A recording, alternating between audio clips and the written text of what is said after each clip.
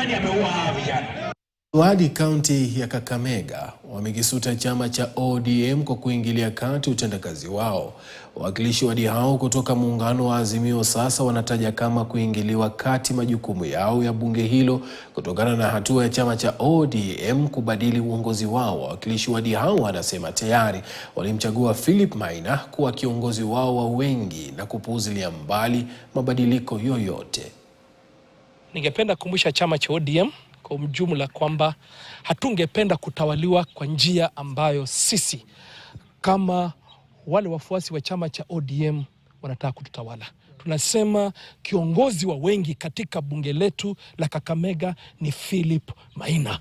Na tena nitawakumbusha hata muandike barua 100, kiongozi wa majority katika assembly ya Kakamega ni Philip Maina. Hakuna mabadiliko itafanyika mpaka wakati koti zitafanya uamuzi. Tunashangaa leo hii wakati tunaambiwa kwamba an individual chief officer wa ODM party ameandika barua in total disregard to the 2 existing court orders.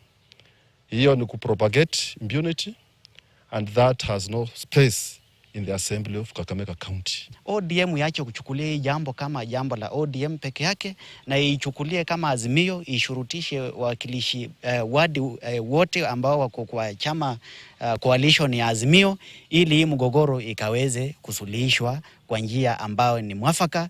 Huu mgogoro unafanya wakina mama ambao ni wateule wanafinyiliwa sana. Unapata kila mara wanaitwa, wanaambiwa usifanye hivi, usifanye hivi. Wanaogopa. Hata ukiangalia hapa ni mimi tu mama peke yangu ama nominated peke yangu.